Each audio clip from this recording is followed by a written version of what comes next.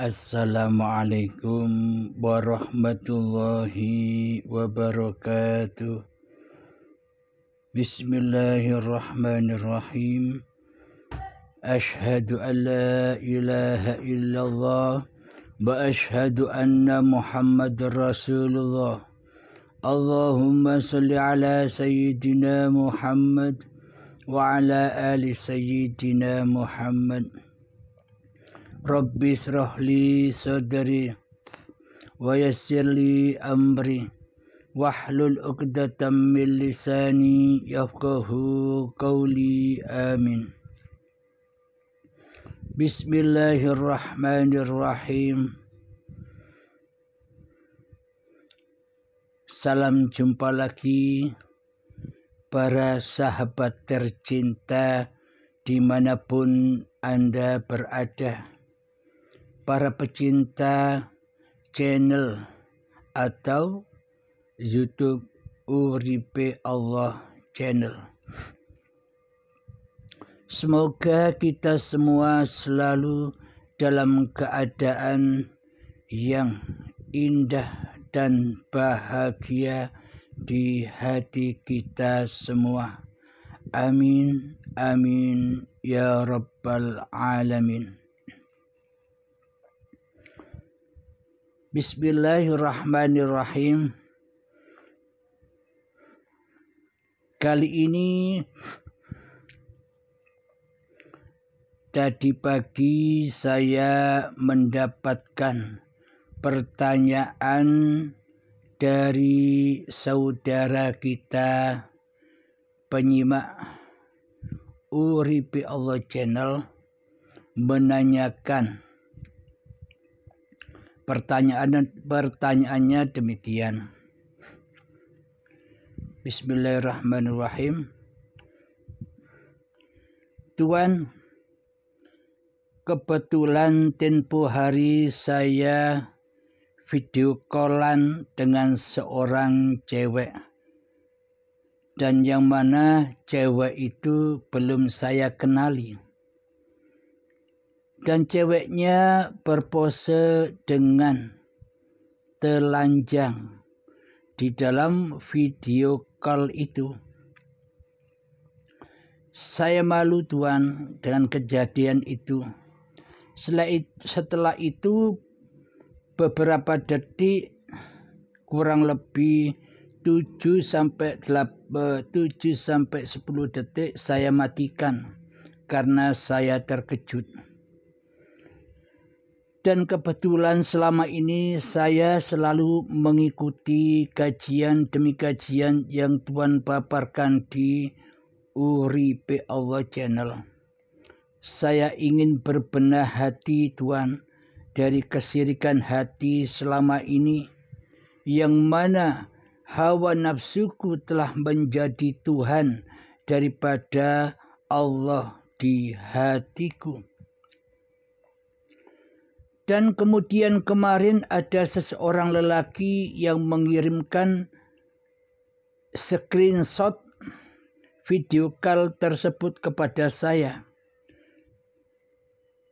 Rupanya lelaki ini ingin memeras saya dengan adanya screenshot video callan itu dan meminta kepada saya uang tebusan agar supaya foto itu tidak disebar atau diviralkan.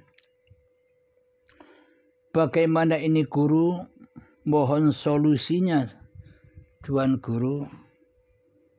Assalamualaikum warahmatullahi wabarakatuh.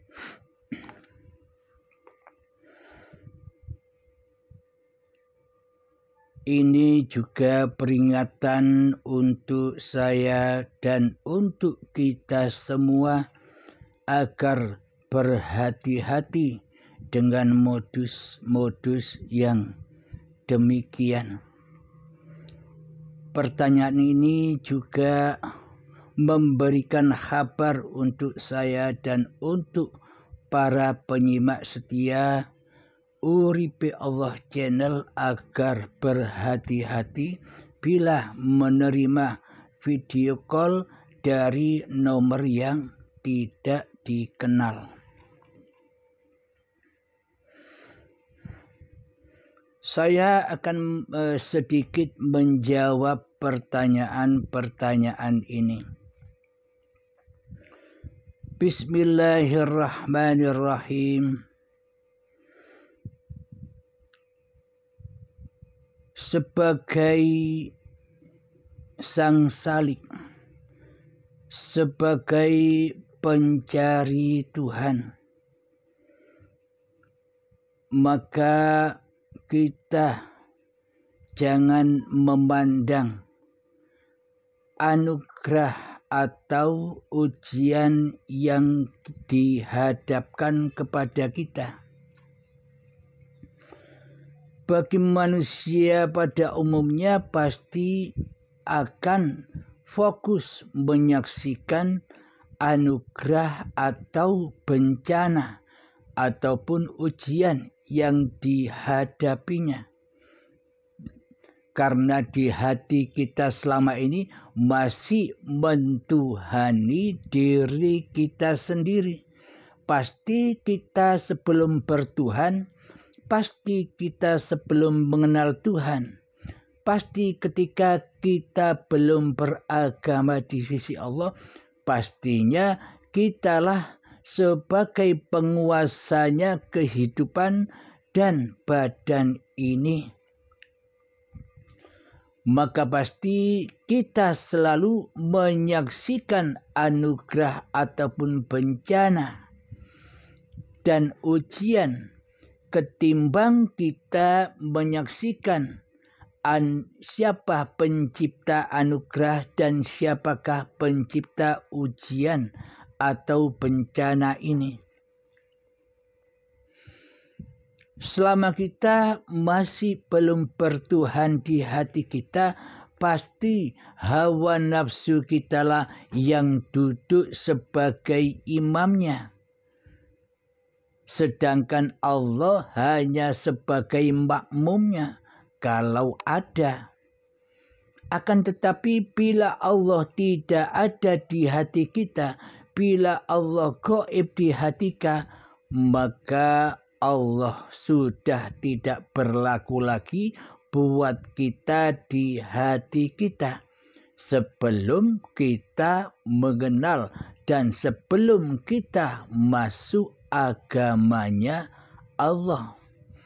Pasti hawa nafsu dikedepankan karena raja penguasa singgasana hati masih terkuasai oleh hawa nafsu kita sendiri.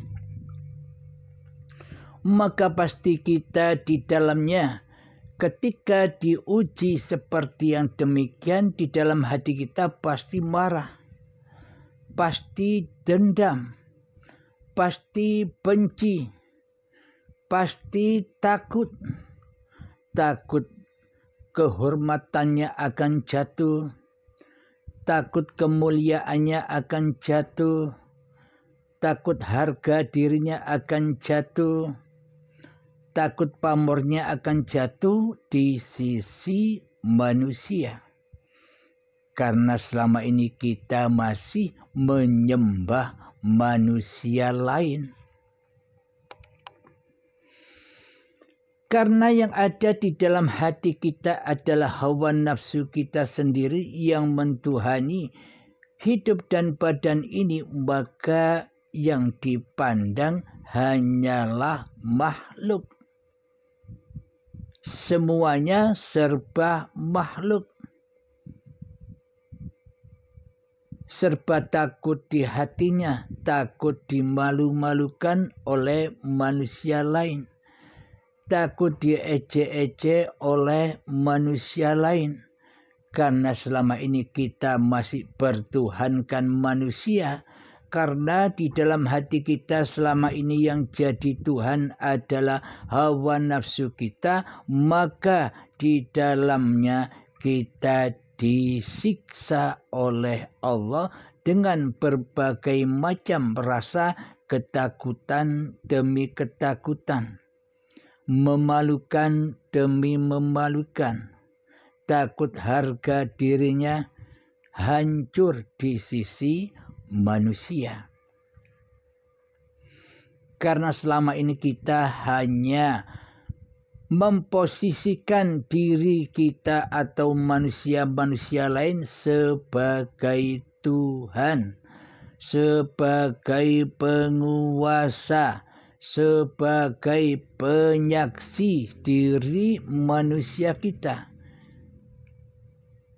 sebagai wasit diri masing-masing kita. Jadi di dalam hati kita masih mentuhankan diri manusia kita daripada mentuhankan Allah. Maka di dalam hati pasti penuh dengan rasa ketakutan demi ketakutan. Itulah yang dimaksud siksa kubur. Itulah yang dimaksud api neraka, api jahanam, yang mana bahan bakarnya api neraka di sisi Allah adalah badan-badan manusia dan hati yang keras melebihi kerasnya batu. Kapan adanya? Ya sekarang ini sudah dibakar di dalamnya, yakni ketika jiwa ini mati, yakni ketika hawa nafsu menguasai hati. Itulah hakikat jahanam di sisi Allah. Menurut Allah demikian. Tapi menurut kebanyakan manusia, neraka jahanam itu bukan sekarang. Adanya besok. Ketika badan-badan kita sudah mati, besok adanya setelah di akhirat. Itu kata manusia. Akan tetapi tak satu pun manusia yang tahu hakikat neraka dan surga di sisi Allah kecuali Allah. Manusia hanyalah mengangan-angankan saja, memisal-misalkan saja, menggambar-gambarkan saja antara surga dan neraka dengan angan-angannya. Karena selama ini di dalam hati kita belum bertuhan, masih kufur, masih ingkar kepada Allah, masih selalu mensekutukan Allah dengan diri manusia kita. Karena itulah manusia seolah-olah sok tahu dengan apa-apa yang tidak diketahui. Menggambarkan, mengangan-angankan siksa neraka dan kenikmatan surga. Tapi terjadinya nanti. Itu versi mayoritas manusia. Akan tetapi versi hakikatnya di sisi Allah, semua itu terjadi saat ini ketika kehidupan sedang berlangsung. Jika manusia sudah mati, jika manusia sudah tidak ada gelarnya lagi, tidak bisa bercerita lagi, bagaimana mungkin akan ketemu surga dan neraka? Sudah tak berlaku lagi karena manusia sudah rojiun kepada Tuhannya. Jika di alam kematian secara manusia, alam kubur secara angan-angan manusia, siksa kubur secara angan-angan manusia, meski jika berlaku logikanya demikian. Jika yang kita angan-angankan itu masih setelah kematian masih ada perjalanan-perjalanan lagi, berarti Allah itu salah. Salah dengan kalimat inna lillahi, darikulah kamu tercipta, wa inna ilaihi raji'un, dan kembali kepadakulah engkau dikembalikan.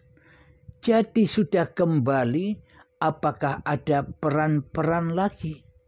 Apakah ada lakon-lakon lagi bila manusia sudah kembali? Jadi yang diceritakan di syariat alam-alam gaib itu seperti alam kubur, alam kematian, siksa kubur, hari kiamat, hari kebangkitan, hari akhirat, hari hisab, hari pembalasan, wassiratal mustaqim, surga dan neraka itu sudah ada saat ini. Ini hakikatnya. Tergantung Anda sendiri. Anda duduk di makom syariat yang katanya perjalanan itu nanti datangnya. Apakah Anda duduk di makom hakikat makrifatnya? Kenapa manusia itu menganggap alam-alam gaib itu terjadinya nanti setelah mati? Alasannya adalah karena di dunia ini tidak bertuhan.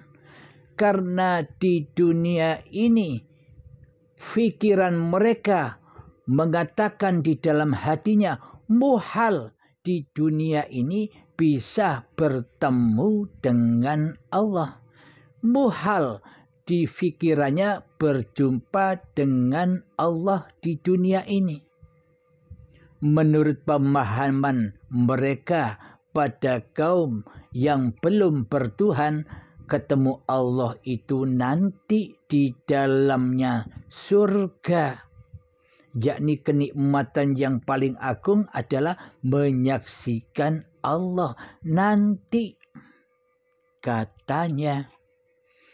Jadi di alam dunia ini mayoritas manusia tidak percaya di hatinya bahwa Allah itu nyata, bahwa Allah itu ada, bahwa Allah itu wujud, bahwa Allah itu hidup, bahwa Allah itu kuasa, bahwa Allah itu maha berkehendak dan berdaya upaya, bahwa Allah itu maha mengetahui dengan ilmunya, bahwa Allah itu tidak bisa melihat, bahwa Allah itu tidak bisa mendengar, bahwa Allah itu tidak bisa berkalam apa-apa kecuali manusianya. Karena di alam dunia ini manusianya menduduki posisi Tuhan daripada menduduki posisi sebagai makhluk. Di dunia ini manusia lebih cinta menduduki posisi ketua daripada posisi wakil-wakil Allah, daripada posisi khalifah Allah. Manusia hawa nafsu ini lebih senang, lebih cinta berposisi sebagai Tuhan daripada berposisi sebagai hamba. Lebih cinta berposisi sebagai imam daripada berposisi sebagai makmum. Silakan cek hati kita sendiri-sendiri.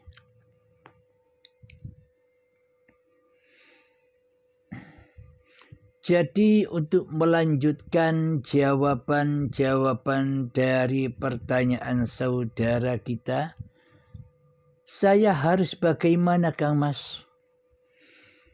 Tentunya bila Anda sudah menapaki perjalanan spiritual yang sudah memulai memahami paparan-paparan di Uripe Allah Channel, maka masuklah ke dalam dirimu, bertapalah di dalamnya, heninglah di dalamnya, bertafakurlah di dalamnya, berpasrah dirilah di dalamnya kepada Allah Sang Maha Pencipta diri manusia kita dan Sang Maha menguji kita dengan kebaikan ataupun keburukan, yang menguji kita dengan ketaatan ataupun dengan kemaksiatan, yang menguji kita dengan anugerah ataupun bencana. Jadi saksikanlah Allah yang mendatangkan anugerah ataupun bencana. Saksikanlah Allah yang menyuguhkan kedua sifat, kedua keadaan yang berbeda itu kepada kita, hanya untuk menguji keimanan hati kita kepada Allah. Bila di dalam hati kita masih wujud diri manusianya yang menjadi Tuhan, pasti sangat amat marahnya kita menghadapi keadaan yang seperti ini. Karena kita sudah berada di jalan hakikat dan makrifat, masuklah ke dalam diri kita, pasrahkan yang di luar kita, pasrahkan semua masalah-masalah yang di luar diri kita kepada yang berhak. Pasrahkanlah kepada Sang Penguasa keadaan keduanya, baik itu anugerah ataupun bencana. Kita hanya menyaksikan peran-perannya di balik anugerah dan bencana itu.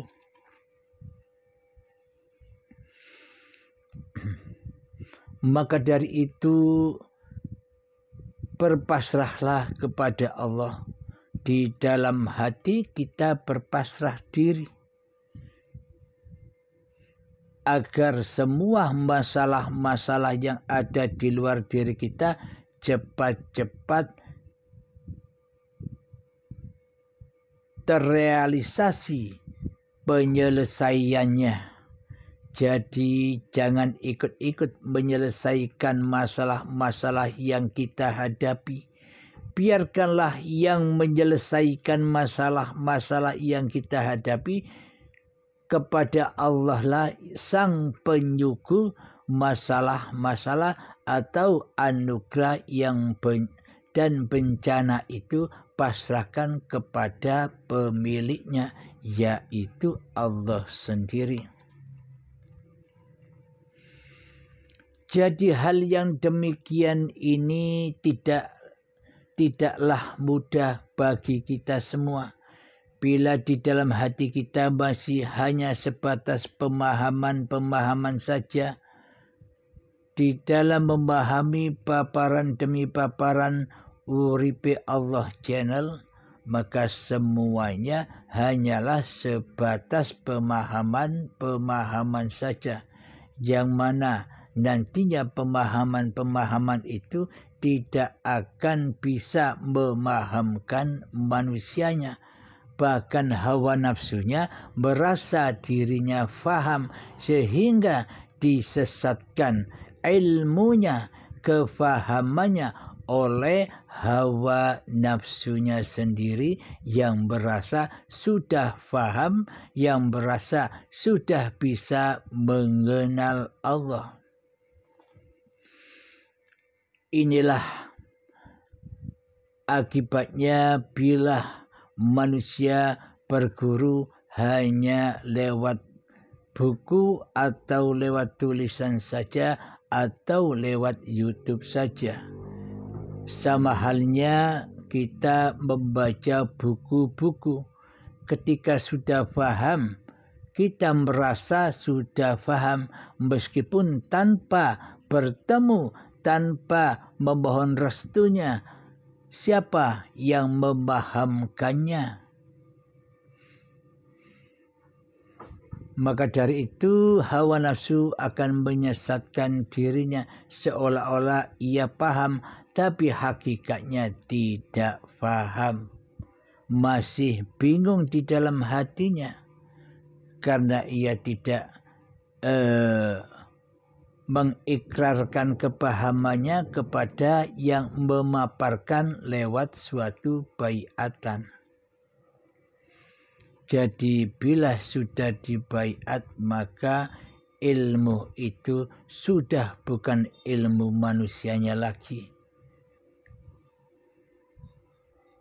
Ilmu itu sudah kembali kepada alimun, kepada zat yang memiliki ilmu, yang menguasai ilmu. Jadi sangat amatlah sulit melepas kemanusiaan kita demi kemanusiaan kita yang selama ini masih cinta pada hawa nafsu dirinya sendiri daripada cinta kepada Allah. Alhamdulillahirrabbilalamin. Sabarkanlah hati kita menghadapi segala cobaan dan rintangan yang kita jalani. Pandanglah sosok yang siapa yang menguji diri kita, jangan kau pandang sosok apa yang diujikan pada diri manusia kita, baik itu ketaatan ataupun juga kemaksiatan, baik itu keburukan ataupun kebaikan di sisi manusia, baik itu pun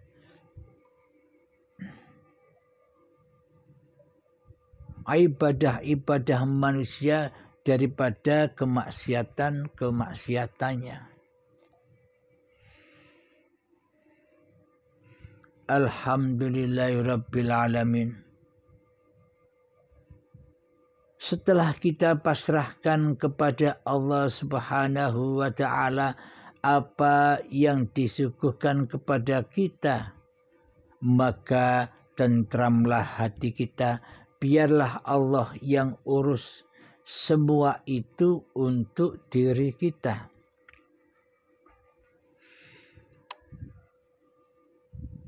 Saya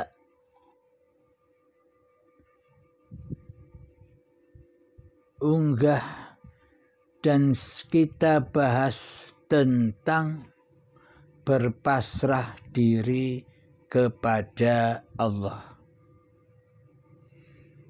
Kebanyakan manusia bila ditanya, wahai sobat, kira-kira amal ibadahmu selama ini, kira-kira amal sholat-sholatmu selama ini, kira-kira amal kebaikan-kebaikanmu selama ini sejak detik-detik akil balik tiba hingga setua ini, kira-kira amalmu diterima oleh Allah ataukah tidak? Bagi orang-orang yang sudah mengenal Allah, bagi orang-orang yang sudah bertemu Allah, bagi orang-orang yang sudah berbaiat pasti sudah tahu jawabannya. Kebanyakan mereka yang belum beragama di hatinya, kebanyakan mereka yang belum bertuhankan Allah di hatinya, pasti tidak bisa menjawab kepastiannya. Diterimakah amal kita selama ini, ataukah hancur lebur tak sampai kepada Allah seluruh amal ibadah dan seluruh solat-solat yang kita lakukan selama ini? Kebanyakan manusia bilang demikian. Bila ditanya kira-kira semua amal ibadah dan semua solat-solatmu diterima apa tidak kepada Allah? Sampaikah semua amal kita, solat dan ibadah kita sampai kepada Allah? Kira-kira semua pada menjawab Saya pasrahkan saja kepada Allah solat-solatku dan semua amal ibadahku saya pasrahkan kepada Allah. Saya tidak tahu menahu diterima atau tidak, saya pasrahkan kepada Allah. Selama ini kita pasti bilang atau menjawab demikian adanya. Tidak dapat menjawab dengan pasti karena di dalam hati kita selama ini masihlah belum bertuhan, masihlah belum beragama di sisi Allah. Mari kita logikakan. Pasti jawaban-jawaban kita selama ini, apakah amal ibadah kita selama ini, apakah amal sholat kita selama ini diterima oleh Allah, apa ditolak oleh Allah? Saya pasrahkan semuanya pada Allah. Nah, logikanya begini. Bila kita tidak mengenal Allah, bila kita tidak tahu Allah, bila kita tidak pernah berjumpa kepada Allah, apakah mungkin kita bisa pasrah kepada Allah? Apakah mungkin kita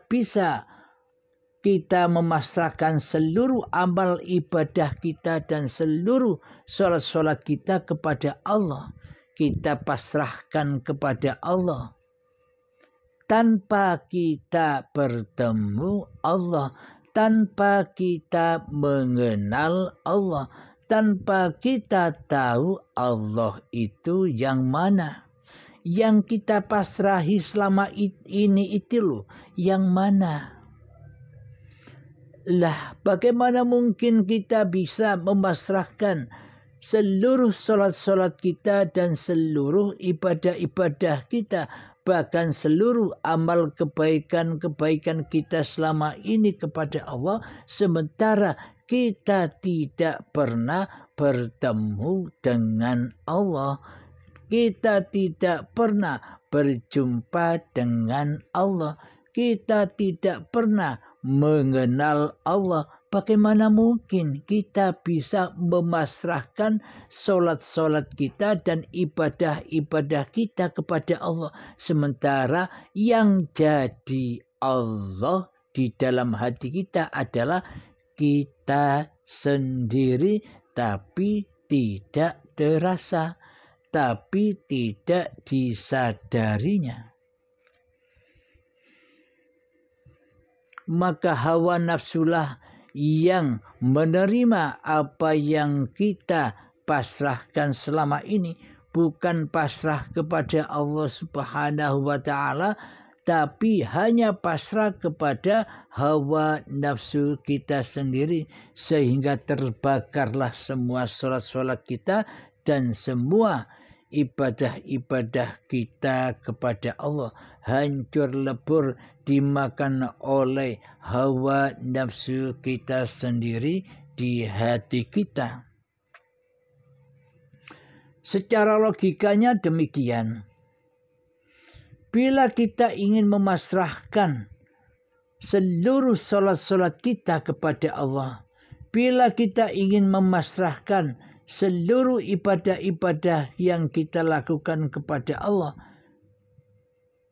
dan ketika kita pasrah kepada Allah, Zat yang maha dipasrahi, tentunya kita wajib mengenal siapa yang kita pasrahi itu. Kita wajib bertemu dulu untuk memasrahkan seluruh sholat-sholat dan ibadah-ibadah yang kita lakukan, yakni hatinya selalu mi'rad kepada Allah, hatinya selalu menyaksikan Allah daripada menyaksikan hawa nafsunya sendiri. Inilah yang dimaksud kepasrahan. Jadi pasrah kepada Allah itu ya harus kenal Allah dulu. apalagi sampai mengharap-harapkan pahala dan surga. Maka wajib bertemu Allah dulu, karena pahala dan surga itu adanya di sisi Allah. Bila kita menginginkan pahala dan surga, maka kenalilah Allah, datangilah Allah, temuilah Allah. Maka semuanya akan nyata, total, general. Semuanya nyata bagi hambanya. Ketika hambanya sudah tak berlaku lagi, sudah tak merasa hidup lagi di dunia fana ini, yang ada hanyalah Allah Subhanahu wa ta'ala.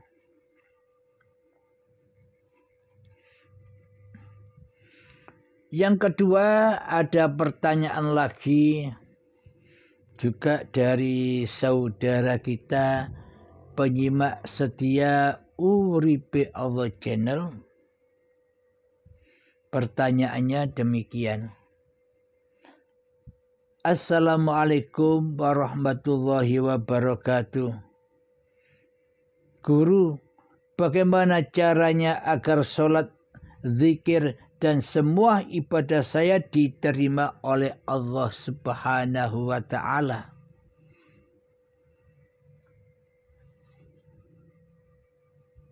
Jawabnya adalah,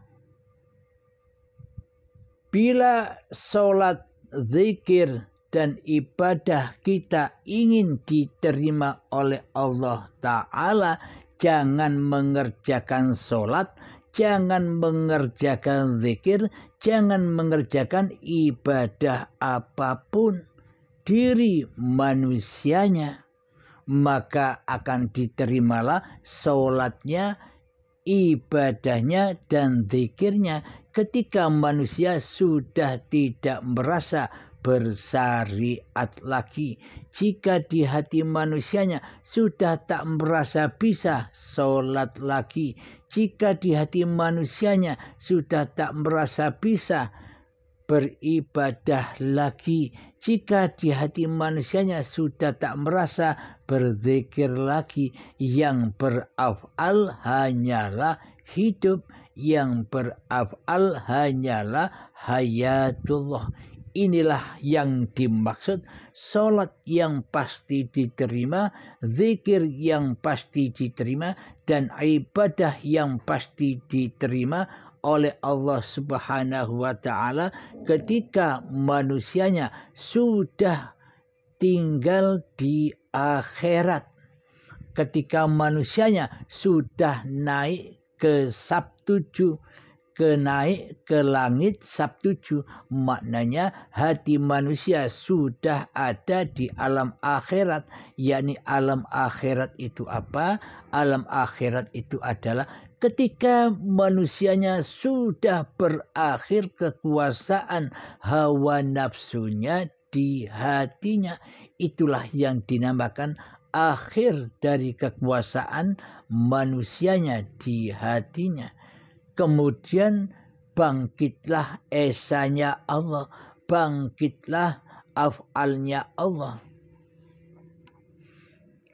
Itulah yang dimaksud hari akhirat, itulah yang dimaksud hari kemudian, dan itulah yang dimaksud ibadah, sholat, dan zikir. Karena yang bisa berzikir bukan manusianya, karena yang bisa sholat bukan manusianya, karena yang bisa beribadah bukan manusianya. Siapakah yang melakukan itu semua? Bila di badan kita ini tidak ada Allah, tidak ada hidup, bagaimana mungkin semua ini terjadi? Bila tanpa Allah, apakah ada sholat? Bila tanpa Allah, adakah ibadah? Bila tanpa hidup, adakah manusia bisa berzikir sendirian tanpa hayatullah?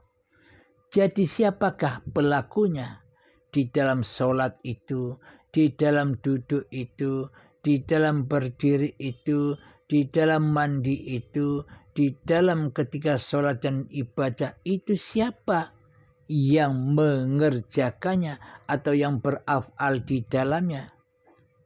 Dialah hidup yang menghidupi seluruh manusia yang diciptakannya.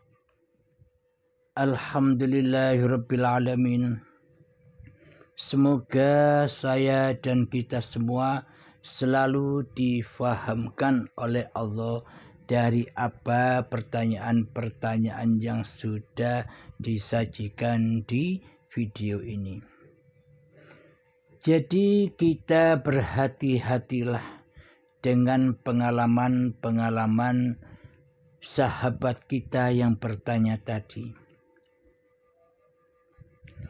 Jangan sampai kita menerima video call dari orang yang tidak kita kenali.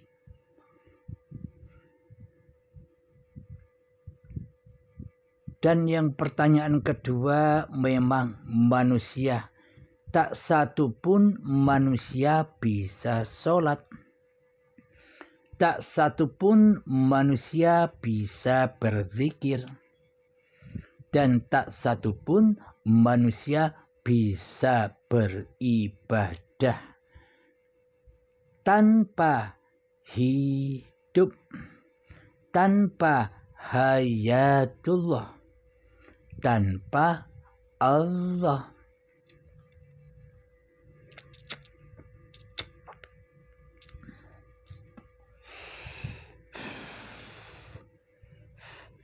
Jadi sesebutan sholat secara syariat, sesebutan zikir secara syariat, sesebutan ibadah secara syariat itu ada ketika hawa nafsunya masih mentuhani kehidupan dan badan ini. Karena manusianya belum bertuhan dan belum masuk Islam sebagai mu'allaf di sisi Allah.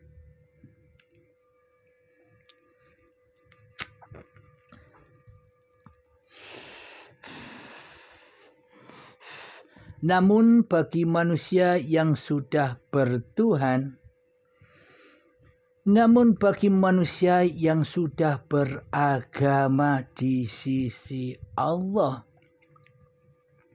maka sudah tak bisa sholat lagi, maka tak bisa zikir lagi, maka tak bisa ibadah lagi, karena manusianya sudah tidak jadi Tuhan lagi, karena hawa nafsunya sudah tunduk, sudah sujud kepada Adam. Jadi manusianya sudah kembali ke alam kesejatiannya, yakni Adam. Tidak ada, tidak wujud, tidak hidup, tidak berkuasa. Mana mungkin manusia bisa sholat, berzikir, dan beribadah bila manusianya sudah tidak ada. Inilah manusia yang bebas. Inilah manusia yang sudah tidak jadi Tuhan lagi di hatinya. Karena manusianya sudah menyadari bahwa Tuhan itu hanyalah Allah, hanyalah hidup yang menghidupi manusianya. Jadi mana mungkin manusia yang tidak ada? Jadi bagaimana mungkin manusia yang mati? Jadi mana mungkin manusia yang tiada sesebutannya bisa sholat, bisa zikir, bisa ibadah, bisa kerja, bisa makan, bisa minum, bisa berjalan, bisa berlari, bisa melihat ini, melihat itu, bisa memiliki ini, bisa memiliki itu, dan sebagainya. sudah bukan haknya manusia lagi. Sudah kembali haknya kepada hidup. Sudah kembali lagi haknya kepada Allah yang mentuhani seluruh manusia. Ayatnya, wallahu khalaqakum wa ma ta'malun. Allah lah pencipta diri manusiamu dan Allah lah pencipta apapun yang kamu perbuat. Nah, ini kan berarti manusianya kan tidak bisa apa-apa. Jadi hakikat manusia yang sholat itu adalah manusia yang sudah tidak merasa sholat. Jadi hakikat manusia yang berzikir itu adalah manusia yang tidak merasa berzikir. Jadi hakikat manusia yang beribadah itu adalah manusia yang tidak pernah bisa melakukan ibadah apa-apa kecuali lillahi ta'ala, kecuali Allah sendirilah pelaku di dalamnya. Inilah manusia yang sudah bertuhankan Allah di hatinya sesuai kondisi hati para nabi dan para rasul, serta kondisi hatinya Kanjeng Nabi Muhammad sallallahu alaihi wasallam, yang mana di dalam hatinya selalu mentauhidkan Allah daripada mentauhidkan Muhammadnya di hatinya. Jadi manusia yang bertuhan di sisi Allah itu di hatinya selalu mentauhidkan Allah, mentauhidkan kuasa Allah, mentauhidkan wujudullah, mentauhidkan hidupnya Allah daripada hidup kuasa hamba manusianya. Jadi hambanya sudah tidak ada lagi di hati ini. Yang ada hanya kerajaan hidup, kerajaan Allah sendiri. Sedang hambanya sudah tidak bisa apa-apa, hanya bisa menyaksikan saja. Secara syariatnya hambanya menyaksikan, tetapi hakikatnya yang menyaksikan Allah, ya Allah, zatnya sendiri. Manusia tidak bisa menyaksikan Allah. Bagaimana mungkin manusia yang Adam, yang tidak ada, bisa menyaksikan yang ada?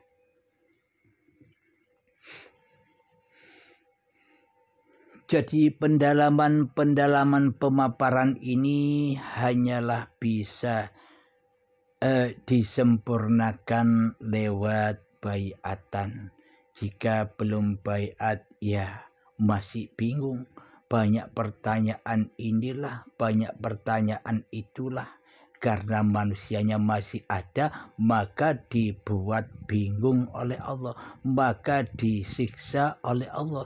Karena manusianya masih jadi Tuhan daripada menjadi hamba. Alhamdulillahirabbil alamin. Semoga saya dan semoga kita semua selalu dipahamkan oleh Allah Subhanahu wa taala. Dan pesan saya lagi,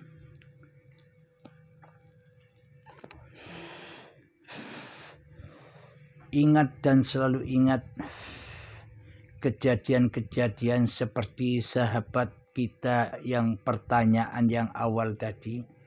Jangan sampai kejadian itu menimpa diri kita. Kita jaga diri masing-masing. Jadi pertanyaan saudara kita di atas itu juga sekaligus supaya kita menjaga agar tidak kejadian seperti itu. Alhamdulillahirabbil alamin. Jadi sudah jelas bukan bahwa hakikat sholat itu adalah tidak sholat. Hakikat zikir itu adalah tidak zikir. Hakikat beribadah itu tidak beribadah.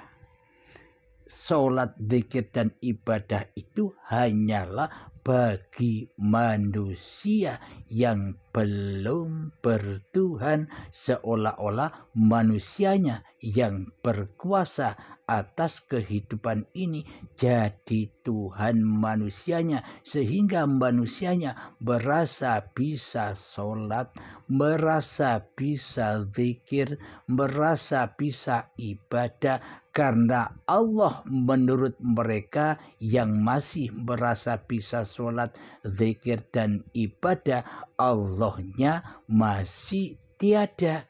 Allahnya masih gaib. Allahnya belum nyata. Jadi apa? Untuk apa sholat, zikir, dan ibadahnya ketika manusianya masih jadi Tuhan?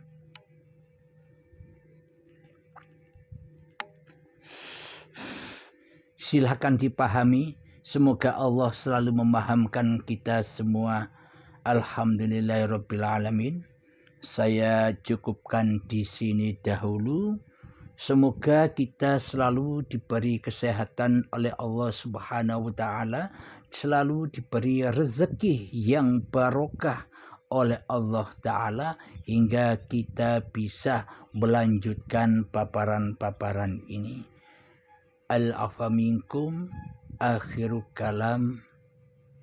Assalamualaikum warahmatullahi wabarakatuh.